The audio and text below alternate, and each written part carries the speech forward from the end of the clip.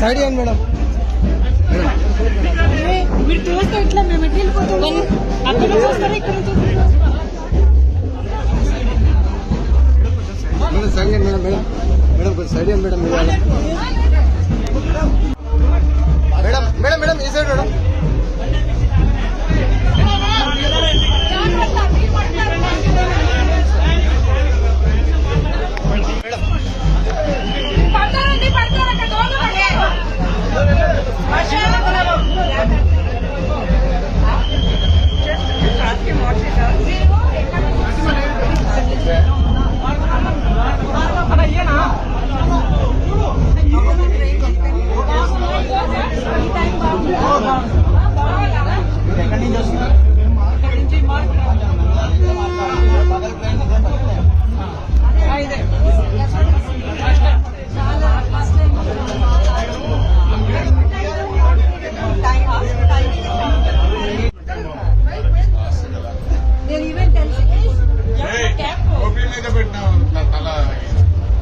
అంటే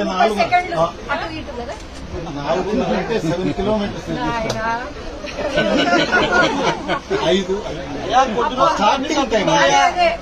correct time ఏదైతే అది ఇట్లా కాదు, అందరికి కలిసి వచ్చారు. ఇప్పుడే చెప్పారు, అప్పుడే మొదలైపోయింది. మేడం ఇంకొకటి ఉంది madam, don't Hyderabad.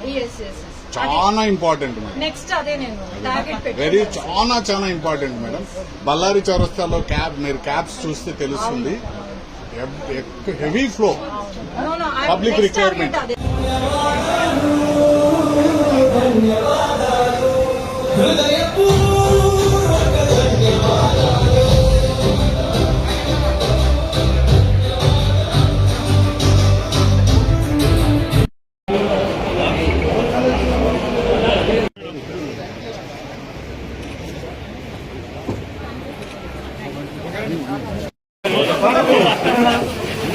Okay sir దొబ్బదు సార్.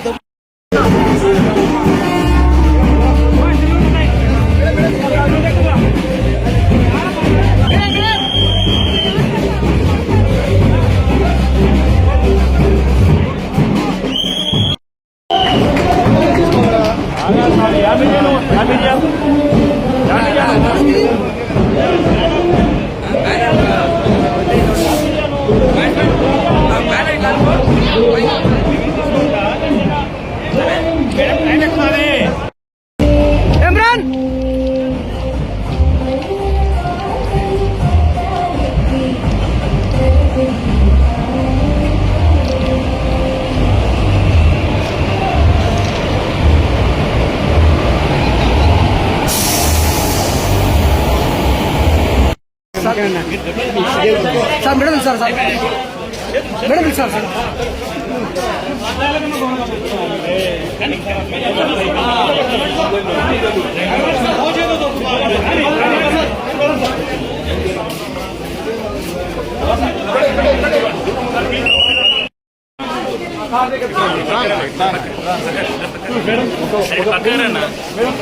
బయట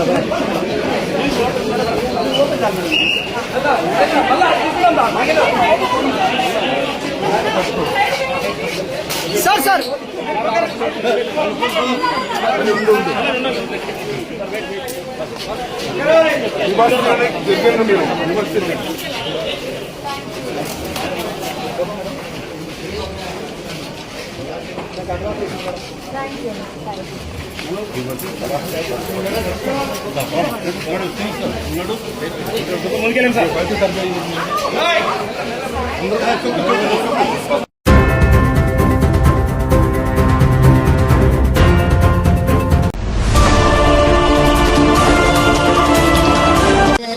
జయంతి, హనుమంతుల వారి జయంతి అంటే మనకు గొప్ప ఆదర్శం. గుర్తు చేయాలా? ప్రపంచం లోపల ఏ జాతికి లేని ఘనమైనటువంటి గొప్పదైనటువంటి చరిత్రకు వారసుని హిందూ ఎందరో మంది ప్రాంతం లోపల ఇదే నెల లోపల నంద్యాల నగరం లోపల గొప్పగా జరుగుతుంది అంటే మనం అడుగు వేస్తున్నాము, అడుగులు కదులుతున్నాయి. శోభాయాత్రలంటే ఎంతో మంది పూర్వీకులు మన ప్రాణ త్యాగాలతో నిలబెట్టుకున్నటువంటి ధర్మాన్ని ఎంతో మంది విధర్మీయులు అణచివేయాలి, అంతరించేలా చేయాలని చేసిన ఖచ్చితంగా వారి యొక్క త్యాగాన్ని గుర్తు పెట్టుకోవాలా. మనకు ధర్మధ్వజం గుర్తు చేస్తుంది. ధర్మధ్వజం సైతం ధర్మాగ్నితో దహించాడు. మనం కూడా బాగా ఆలోచించాలి.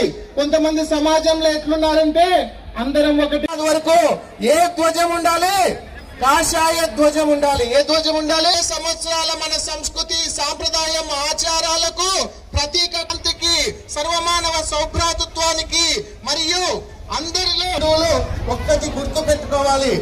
ఇంతకు ముందే చెప్పారు, కలిసి ఉంటే నిలబడతాం, విడిపోతే పడిపోతాం. విడిపోతే పడిపోతాం, కలిసి ఉంటే నిలబడతాం. ఈనాడు నంద్యాల నగరం లోపట మనం నిర్వహించుకుంటున్నటువంటి ఈ శోభాయాత్ర హిందూ సమాజం లోపట చైతన్యాన్ని నింపడానికి,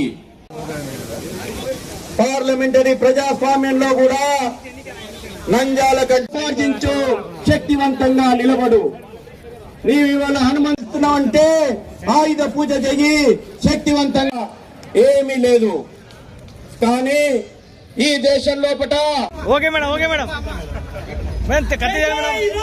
ఝాన్సీ రాణి, ఝాన్సీ రాణి, ఝాన్సీ రాణి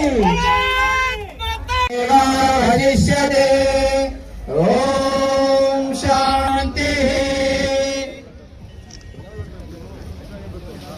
జై శ్రీ.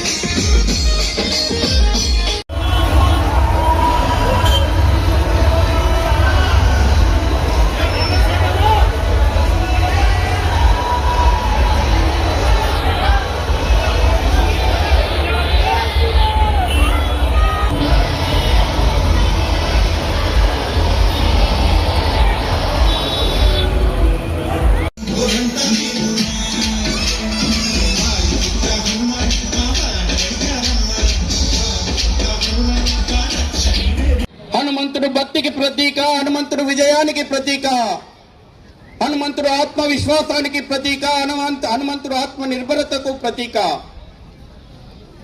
ఈ మనం చేతిలో పట్టుకున్నటువంటి ఈ కాషాయపు ధ్వజం నంద్యాల పుర వీధుల లోపల రెపరెపలాడుతుంటే హిందూ సమాజం శక్తివంతంగా, స్వాభిమానంతో కూడుకున్నటువంటి సమాజంగా, చైతన్యవంతమైనటువంటి సమాజంగా, దేశభక్తి పూరితమైనటువంటి సమాజంగా ఐక్యంగా నిలబెట్టాల్సినటువంటి అవసరం ఉంది. సింధూరం భయాన్ని పోగొడుతూ ఉంది. సింధూరం విజయానికి ప్రతీక. అందుకే మన హనుమంతుడు సింధూరాన్ని ధరిస్తాడు. ఆపరేషన్ సింధూర్ ఇటీవల భారత త్రివిధ దళాలు ఈ దేశం ముందు, ప్రపంచం ముందు ఈ యొక్క సింధూర్ గొప్పతనమేందో చేసి చూపెట్టినాయి. ఈ రోజున మనం ఒక్కలమే అంటలేము. ఏజెన్సీ ఈడీ దాడులు కూడా ఈ నంద్యాల పట్టణంలో చోటు చేసుకున్నాయి. అటువంటి విద్రోహ శక్తులకు, భారత్ ను విచ్ఛిన్నం చేస్తామనేటువంటి శక్తులకు బుద్ధి చెప్పాల్సినటువంటి అవసరం ఉంది.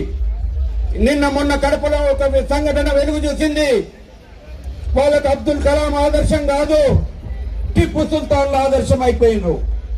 ఈ దేశం మీద, ఈ ధర్మం మీద, ఈ సంస్కృతి మీద దాడి చేసినటువంటి మతోన్మాదులను ఆదర్శంగా తీసుకుంటున్నారు. అబ్దుల్ కలాం లాంటి మహనీయులను ఆదర్శంగా తీసుకుంటలేరు. హిందూ సమాజం మీద దాడులు చేస్తా ఉన్నారు. ఈ దాడులను హిందూ సమాజం ఒక్కటై చట్ట ప్రకారము ఎదిరించాల్సినటువంటి అవసరం ఉంది. ఓ హిందూ సమాజమా, ఈ రోజున ఏ మతోన్మాదమైతే ఈ దేశాన్ని విచ్ఛిన్నం చేయాలనుకుంటుందో దానికి సరైనటువంటి గుణపాఠం చెప్పాల్సిన అవసరం ఉంది. మరో పక్కన మత మార్పిడిలు ఈ దేశం ఒక రకమైనటువంటి కుట్ర ఎదుర్కొంటుంది. మత మార్పిడిల రూపంలో మత మార్పులు సామాజిక ఆర్థిక అసమానతలను ఆసరాగా చేసుకుని జరుగుతున్నటువంటి మత మార్పిళ్లను హిందూ సమాజం ఎదుర్కోవాలా. మన లోపల ఉన్నటువంటి హనుమాన్ జయంతి శుభాకాంక్షలు. ప్రతిసారి హనుమాన్ జయంతి కర్నూలులో గాని లేదంటే నంద్యాలలో గాని చేస్తున్నాను. సంవత్సరం మనము గట్టిగా చాలా సంఖ్య కూడా పెరుగుతుంది, చాలా ఘనంగా చేస్తున్నాము. అట్లాగే ఈ రోజు కూడా అందరూ కూడా జాగ్రత్తగా, నేను ఎక్కువ సమయం తీసుకోదలుచుకోలేదు ఎందుకంటే పోలీస్ డిపార్ట్మెంట్ నుంచి ఫోన్స్ వస్తున్నాయి, చీకటి అయ్యిందంటే కొంచెము ఇబ్బందులు అవుతాయి ర్యాలీ చేయడము అని చెప్పడం జరిగింది.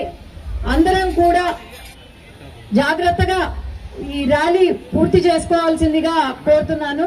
మరొక్కసారి ఆ హనుమాన్ ఆశీస్సులు అందరిపైన ఉండాలి, నంద్యాల జిల్లాలో ప్రతి ఒక్కరిపైన ఉండాలని కోరుకుంటూ, అట్లాగే అన్న చెప్పారు నాకు ఫైల్ అందిస్తారని, ఖచ్చితంగా ఆ పని మీద ఉంటాను.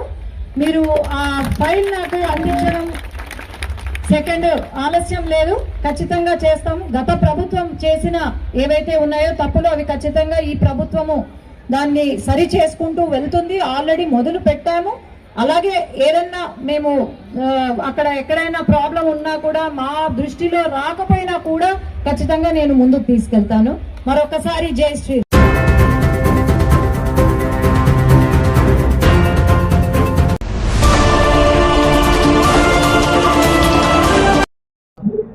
Diversion politics. మాకు డైవర్షన్ చేయాల్సిన అవసరం ఏముందయ్యా? ఎవరు డైవర్షన్ చేస్తున్నారు? వైసీపీ వాళ్ళు డైవర్షన్ పాలిటిక్స్ చేస్తున్నారు. నోటికి వచ్చింది ఎక్కడో విజయ్ గెలిస్తేనంట ఎవరో ఒక ఆమె మాట్లాడుతుంది మా జగన్ వల్లే గెలిచినాడు అని అంటది. ఏమన్నా బుద్ధి ఉందా? అర్థం ఉందా? వాళ్ళేదో గెలుచుకుంటే వాళ్ళేదో చేసుకుంటే జగన్ గెలిపించినాడంట విజయ్.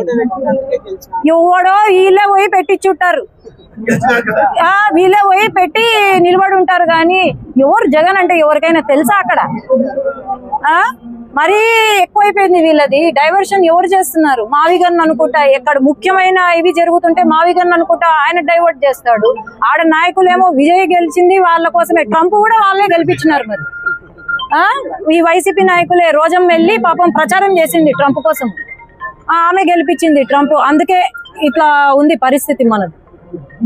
ఇవన్నీ కూడా డైవర్షన్ పాలిటిక్స్ ఎవరు చేయడంలే, అభివృద్ధి చేస్తున్నాం. నేను ఒకటే ప్రశ్న, ఆనాడు 5 సంవత్సరాల అధికారంలో ఉన్నప్పుడు కనీసం ఒక ట్రైన్ ఇప్పించలేదు, ఒక అభివృద్ధి పని జరగలేదు, ఒక రైల్వే స్టేషన్. ఈరోజు రైల్వే స్టేషన్ లో ఉన్నాను కాబట్టి రైల్వే స్టేషన్ గురించి మాట్లాడుతున్నాను. ఎక్కడ పోయినారు వీళ్ళంతా? బిజినెస్ చేసుకుంటున్నారా లేకపోతే ఏం చేసుకుంటున్నారు? అది కాదు డైవర్షన్ పాలిటిక్స్ మేము ఎప్పుడూ చేయలేదు. సీఎం గారు లోకేష్ అన్న చూస్తున్నాం, మనం 24 గంటలు 24/7 కష్టపడుతున్నారు. అదే ధ్యాస మాకు ఉంది. ఖచ్చితంగా మా జిల్లా మేము ముందుకు తీసుకురావాలని మేము కూడా కృషి చేస్తున్నాము. ప్రతి ఒక్క సమస్యను మేము తీరుస్తాము. ఖచ్చితంగా అభివృద్ధి చెందుతుంది నంద్యాల. Thank you.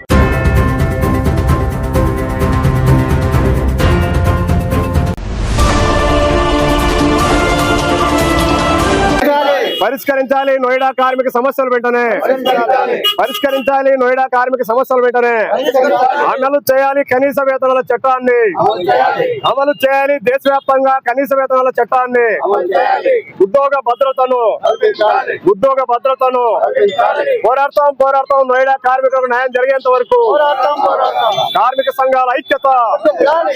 సంఘాల ఐక్యత వాళ్ళు చేస్తున్నటువంటి పోరాటానికి మద్దతుగా నంద్యాల పట్టణంలో జిల్లా కేంద్రంలో ఏఐటీసీ, సిఐటియు, ఐఎఫ్టియు సంఘాల ఆధ్వర్యంలో నిరసన కార్యక్రమం చేపట్టడం జరుగుతూ ఉంది.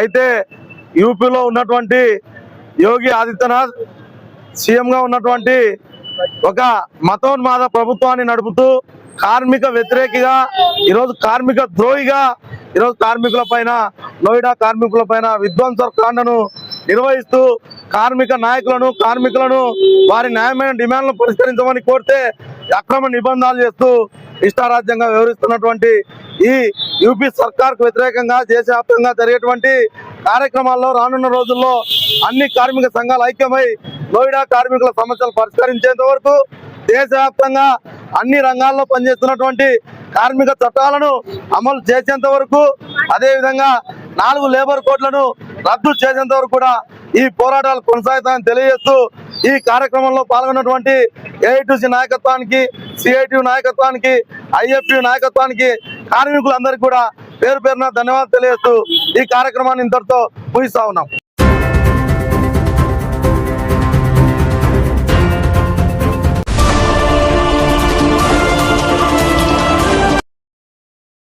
మీడియా వారి అందరికీ నమస్కారం. ఈ ఆటో నగర్ వచ్చేసి 48 ఎకరాలు మొత్తం ల్యాండ్, 46 ఎకరాలు మొత్తం ల్యాండ్. ఇది దీనిలో భాగం వచ్చేసి 84 సెంట్లు సపరేట్. దీంట్లో ఇది సపరేట్. ఈ దీంట్లో వచ్చేసి మొత్తం మెంబర్స్ 1000 మంది సెట్ అయినాం. 1000 మంది మెంబర్స్. 1000 మందిలో మాకు వచ్చేసి ఇక్కడ మేము బతికేది 4000 మంది బతుంటాం. ఒక్కొక్క షెడ్లో 7 మంది, 8 మంది, 9 మంది, 15 మంది ఉన్న షెడ్లు కూడా ఉన్నాయి. ఈ విధంగా మేము ఒక 4000 మంది ఇక్కడ మేము జీవించాం. కానీ మాకు ఎలాంటి సౌకర్యాలు లేవు.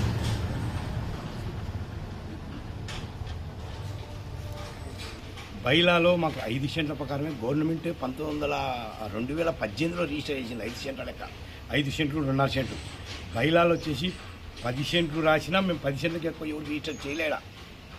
10 సెంట్లు ఎక్కువ రిజిస్టర్. బయట ఈ వ్యక్తులకు మాకు జీవోలో 2 సంవత్సరాల తర్వాత అమ్ముకోబడునని గవర్నమెంట్ చెప్పడం వల్ల ఈ అమ్ముకునే తోళ్ళు ఒకరికే అమ్మినారు. ఎవరైతే డబ్బులతో ఆలోచుకుంటున్నారు. మేము ఆటనగర్లను అమ్ముమని మేము చెప్తే ఆటనగర్లు ఎవరు కొనమంటారు నన్ను. ఈ విధానంతో బయట వాళ్ళు కొంటున్నారు. డాక్టర్లు కొన్నారు. చాలా పెద్ద పెద్ద పోలీసులకు ఉన్నాయి. మనం వాళ్ళను బంద్ చేయలేము. వీళ్ళకి చెప్పలేము. వీళ్ళ కష్టాలు నేను తీర్చలేను. బిడ్డ పెళ్ళి అంటారు, ఇంకోటి అంటారు, ఐకం పెట్టి పోతారు, లేకుంటే ఐకం పెట్టుకుని వడ్డీ తెచ్చుకుంటారు. ఆ వడ్డీ తెచ్చుకుని నేను అమ్మకపో వడ్డీలో సరిపోతుంది స్థలమని నేను సలహా ఇచ్చాను. అది 40 సెంట్లు 50 సెంట్లు కొన్ని ఉన్నారు. దాన్ని కూడా బాధ్యులు పెట్టారు. దానికి నేను ఎట్లా బాధ్యత? దాన్ని కూడా బాధ్యులు మేము ఎందుకు అవుతాము? 2013లో నేను ప్రెసిడెంట్కి ఎక్కేటప్పటికి ఇక్కడ ఏం అభివృద్ధి లేదు, ఏం రిజిస్టర్ లేదు, ఏమీ లేదు. కానీ నేను ప్రెసిడెంట్కి ఎక్కినాక ఇక్కడ ఏ రాజకీయ నాయకులు, ఆ రాజకీయ నాయకులు సీఎం గారి దగ్గరికి పిచ్చి కుక్కర్ నేను తిరిగి దీన్ని రిజిస్టర్ చేయించుకున్నా. రిజిస్టర్ చేయించుకునేసరికి మా గవర్నమెంట్ పోయినాక వైసీపీ వచ్చింది. మళ్ళీ టీడీపీ వచ్చినాక ఈ డెవలప్మెంట్ కోసం నేను మినిస్టర్ గారికి ఎంబడి 20 కోట్ల రూపాయలు నేను శాంక్షన్ చేయించుకుంటే ఈ డెవలప్మెంట్ నాయాంలో జరిగితే నేను ఎక్కడో పెద్ద ఇదైపోతాను, ఫోకస్ అయిపోతానని నా మీద ఈడ్చతో ఆటనగరం డెవలప్ కాకుండా కొద్దిమంది ఇక్కడ నుంచి దుష్టశక్తులు పనిచేస్తున్నాయి. ఇది తప్పు. అందరం కలిసి మనం డెవలప్మెంట్ చేసుకుందాం. ఏదన్నా అన్యాయం జరిగింది, ఏదైనా తప్పు జరిగింది, మనం కూర్చొని ఇక్కడ చర్చించుకొని చేసుకుంటే మనం పని అవుతుంది. కానీ ఈ ఆటోనగర్ యూనియన్ కమిటీ అనేది దీనికి ఒక బైలా ఉంది, దీనికి ఒక సిస్టమ్ ఉంది. ఈ మాదిరిగా నడుచుకుంటూ పోదాం. 4000 మంది సఫర్ అయిపోతారు. రేపు వర్షాకాలం వచ్చే ఎవ్వరు కూడా ఇక్కడ బతకలేకపోతారు.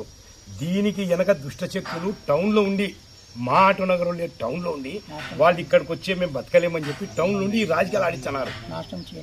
ఈ నాశనం చేసేస్తున్నారు. మా వాళ్ళని నేర్పుతున్నారు. ఎట్ట వాళ్ళ బుద్ధి పుట్టినట్టు కూడా మా వాళ్ళని బాగా నేర్పుతున్నారు. ఏ విధంగా అంటే ఆ విధంగా మలుచుకోవడం, వాళ్ళని కూర్చోబెట్టుకోవడము, ఇట్టే చెప్పడం, అట్టే చెప్పడం. సరే రండి, అందరు రండి, చర్చకు కూర్చుందాం. ఎంతమంది ఎంత తిన్నారు, ఎవరు ఎంత తిన్నారు తీద్దాం. ఈరోజు నా పరిస్థితి ఏంది అన్నీ తెలికి తీద్దాం. తీసినాకనే మాట్లాడదాం. డెవలప్మెంట్ అయితే ఉండాలా. మన పంచాయతీ మనం కూర్చొని చర్చించుకున్నాం.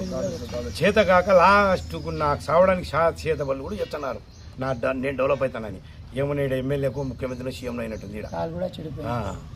చాలా ఇబ్బందులు ఎదుర్కొన్నాను. దీనికి మీరే ఈ ఆటోనగర్కు ఎన్ని ఎకరాల పొలం ఉంది? 6 ఎకరాలు. దాంట్లో ఎంతమందికి ఇచ్చారు మీరు ఇప్పుడు ఇంతవరకు? మొత్తం వచ్చేసి మెంబర్స్ 800 పైన ఉంటారు. 1000 మధ్యన 800 పైన ఉంటారు. 464 మందికి గవర్నమెంట్ రిజిస్టర్ చేసింది ప్లాట్లు. మిగతావి మేము కవర్ చేసినాం. మేము 400 చిల్లర చేసినాం. మేము ఏంటంటే 2 సెంట్లు ఇచ్చినాం. అప్పుడు 2.5 సెంట్, 5 సెంట్లు, 10 సెంట్లు ఇచ్చినారు. కాబట్టి మేము ఎక్కువైంది. ఎందుకు ఎక్కువైందంటే సెంటు కూడా ఇచ్చిన నేను పిల్లలందరికీ ఉండాలని. ఇంకా స్థలాలు రాని వాళ్ళు ఎంతమంది ఉన్నారు? స్థలాలు రాని అంటే చాలా మంది ఉన్నారు. కానీ ఏమంటే నేనైతే బాధ్యతగా ఒక 30 మందికి స్థలాలు చూపించచ్చా. ఈ పంచాయతీ లేకపోతే ఎప్పుడో చూపించచ్చా. పొద్దున్న లేచినా ఇదే పంచాయతీ. కొంతమంది 20 సెంట్లు కానీ 40 సెంట్లు కానీ అటువంటి మీ బంధువులకు ఎవరుకునే వాళ్ళకి ఇచ్చేసా. నా తమ్ముడు కొన్నాడు ఇక్కడ 10 సెంట్లు. ఎవరి కాడ కొన్నాడు? ఒక ఆయన జార్జ్ అనేది ఆయన కేరళ ఆయనకి హోల్డర్ కొన్నాడు, నా తమ్ముడే. అది గవర్నమెంట్ రానప్పుడే రూమ్లు వేసి బాడీకి ఇచ్చుకున్నాడు. 10 సెంట్లు నా తమ్ముడు కొన్నాడు, జార్జి టైరానా కాడ డిప్ హోల్డర్. అది వాళ్ళు అమ్ముతుంటే మేమే పిచ్చినాం, వాళ్ళు అమ్ముకొని వెళ్ళిపోతుంటే. కానీ అన్యాయంగా లేదు, అది డిప్ హోల్డర్ బిట్, అది గవర్నమెంట్ చేసింది. అది కూడా గవర్నమెంట్ చూపి చేపించినాం. చూపించండి, తీసుకోండి మీరే. వస్తున్నారు కదా, ఇది నీళ్లు కానీ లేక నీళ్లు లేవు. ఆ రోజు బ్రహ్మానంద రెడ్డి గారు ఎమ్మెల్యేనే నీళ్ళ గురించి ఆలోచన చేశారా? దత్తు తీసుకుని అన్నారు. దత్తుకు నేను దాన్ని ఎంతో కవర్ చేస్తాను, ప్రతి ఒక్కరికి నేనే కవర్ చేస్తాను. అన్న దత్తు తీసుకుని అన్నాడు. సర్లే చెప్పినా టైం లేదు, ఈ టిప్పు గెలిచే చేస్తాడు మనకు, ఈ టిప్పు గెలిచే చేస్తాడని 2సారి అందరితో చేపించిన. ఎంబడి ఉండి వెనకంబడి చేపించే ఈరోజు మాకే ఆయన 100 కోట్లు స్కామ్ జరిగిందంటే 8 మొత్తం మీద 100 కోట్లు లేదు. 8 మొత్తం అమ్ముతే మేము కొనింది 74 లక్షలకు. 8 100 కోట్లు ఏ విధంగా అయితే అది ఏ విధంగా అంటే 1994లోనే మేము టిప్ వేసుకొని తీసుకున్నాం. ఎంత మిగిలింది? 3 ఎకరాలన్నర, 2 ఎకరాల 80 సెంట్లు మిగిలింది. 2 ఎకరాల 80 సెంట్లను 35,000 లెక్క అమ్మినాం. బ్లాక్లో మీరు చెప్పండి కమ్మగా. ఎంతమంది పిల్లలు తీసుకుని ఉన్నారు? 35,000కి ఎవరైనా ఎక్కువ ఇచ్చినారేమో కానీ. ఫ్రంట్లో ఉండే వాళ్ళకు దీంట్లోనే ఒక 4 ఫీట్లు ఫ్రంట్ వచ్చినాయి. అవి 1,20,000 లెక్క ఇచ్చినాం. 4 ఫ్లాట్ 2 సెంట్లు లెక్క. అచ్చి ఒక 84 సెంట్లు ఉండే. డిపోళ్ళలో అందరు కలిసి ఇది మాకు కావాలా, నువ్వు అన్ని పనిచేస్తా.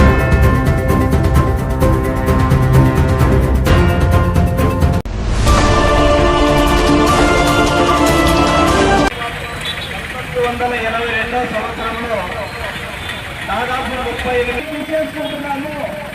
3 రాత్రికి రాత్రి ఖాళీ చేసి వెళ్ళిపోవాలి. ఈరోజు ఖాళీ చేయాలంటే వస్తువులు సమస్యలు అన్నీ కూడా మేము స్వాధీనం చేసుకుంటామని అర్ధరాత్రి ఒక నోటీసు పంపిస్తూ ఉన్నారు. పాప అమాయక రైతులందరూ కూడా ఆ నోటీసులు కొన్ని చదువుకునే వ్యక్తుల ద్వారా తెలుసుకొని రాత్రికి రాత్రి తమ స్థలాలు, తమ ఇల్లు, పొలాలన్నీ ఖాళీ చేసి చెట్టుకొకరు పుట్టకొకరుగా వెళ్ళిపోయి ఉన్నారు. దాదాపు 26,000 కుటుంబాలు ఈ యొక్క శ్రీశైలం ప్రాజెక్టు నిర్మాణంలో ఒక జపాన్ దేశంలో హిరోషిమా, నాగసాకి పట్టణాల్లో అనుభవం దాడి జరిగి ఎంత తీవ్రమైన దుర్భిక్షం ఏర్పడిందో ఈ 27,000 కుటుంబాల్లో కూడా అంతటికన్నా ఒక దుర్భిక్షం ఏర్పడి ఈరోజు ఎవరు ఎక్కడ జీవిస్తున్నారో కూడా తెలియని పరిస్థితిలో ఉన్నారు. తర్వాత 1923లో స్వర్గీయ నందమూరి తారక రామారావు గారు ముఖ్యమంత్రి అయ్యారు. ఆయన 1986లో ఏపీరేటపాడు రెగ్యులేటర్ పరిశీలనకు వచ్చినప్పుడు శ్రీశైలం వంపు బాధితుల పరిస్థితిని గమనించి ఉన్నాడు. అప్పుడు ఆయన ఆలోచన చేసి వీరికి ఇంకొక ఉద్యోగం చొప్పున ఇవ్వాలని 098ను 1986 ఏప్రిల్ 15వ తారీఖున ఒక ప్రతిపాదన చేసి ఉన్నారు. ఆ ప్రతిపాదన ప్రకారము ఇంకొక ఉద్యోగం ఇవ్వాల్సి ఉంది, ఇంకొక 5 ఎకరాల పొలం ఇవ్వాల్సి ఉంది, ఇంకొక 200 యూనిట్ల విద్యుత్ ఉత్పత్తి ఇవ్వాల్సి ఉంది. కానీ ప్రభుత్వము కేవలము 964 మందికి మాత్రమే అవుట్ సోర్సింగ్ లష్కర్ ఉద్యోగాలు 2013 సంవత్సరంలో మొదలుపెట్టుకొని 2024 సంవత్సరం వరకు విడతల వారుగా సంవత్సరానికి 100 పోస్టుల మాత్రమే 20 పోస్టుల మాత్రమే ఏదో ఇస్తున్నామని 2024 సంవత్సరం వరకు విడతల వారుగా ఇచ్చుకుంటూ వచ్చింది. మిగిలిన నిరుద్యోగుల రైతుల పరిస్థితి ఏమిటి అనేది ప్రభుత్వం ఏ కోశాన ఆలోచించలేదు. చివరికి ముఖ్యమరి లిఫ్ట్ ఇరిగేషన్ స్కీము ప్రారంభోత్సవ సమయంలో మన ముఖ్యమంత్రి చంద్రబాబు నాయుడు గారు 2017వ సంవత్సరంలో శ్రీశైలం ముంపు బాధితుల రోడ్డు మీద అయా మిగిలిన వారికి ఉద్యోగాలు ఇస్తాను అని ఒక అష్యూరెన్స్ విడుదల చేయడం జరిగినది. ఆ సురేంద్ర లెటర్ ప్రకారము మిగిలిన జాబితాను తయారు చేసి ఉద్యోగాలు వెంటనే ఇస్తారని ఆయన హామీ ఇచ్చి ఉన్నారు. 2017 సంవత్సరంలో ఆ సురేంద్ర ప్రకారము దాదాపు శ్రీశైలం విద్యార్థుల కుటుంబాలను 2017 నుంచి 2019, 2024 సంవత్సరం వరకు ప్రతిసారి కైలాస సభలో ఉన్న అంబేద్కర్ పట్టణంలో అందరికీ లక్షలాది మంది ముందు మేము అధికారంలోకి వచ్చిన వెంటనే వీరికి ఉద్యోగ అవకాశాలు కల్పిస్తామని హామీ ఇస్తూ వస్తున్నాం. తర్వాత 2019 సంవత్సరంలో డిప్యూటీ సీఎం శ్రీ పవన్ కళ్యాణ్ గారు మండిపట్ల బహిరంగ సభలో లక్షలాది మంది మధ్య ఒక హామీ ఇచ్చి ఉన్నాడు. మేము అధికారంలోకి చేపట్టిన వెంటనే శ్రీశైలం ముందు బాధితులకు అవుట్సోర్సింగ్ లష్కర్ ఉద్యోగాలు కాదయా, పర్మనెంట్ ఉద్యోగాలు ఇస్తాను నేను అని చెప్పి లేకపోతే నా చొక్కా పట్టుకొని అడగండి అని ఆయన ఒక హామీ ఇచ్చి ఉన్నాడు. మరి అధికారంలోకి వచ్చి 2.5 సంవత్సరాలు అవుతుంది, ఇంతవరకు శ్రీశైలం ముందు బాధితుల బోర్డు ఆయన విన్నట్టుగా కనబడట్లేదు. అలాగే గౌరవ లోకేష్ గారు కూడా 2024 సంవత్సరంలో నంది పట్టుకొని యోగాలను పాదయాత్రకు వచ్చి ఉన్నారు. అప్పుడు కూడా శ్రీశైలం ముందు బాధితులే గుర్తొచ్చారు. మరి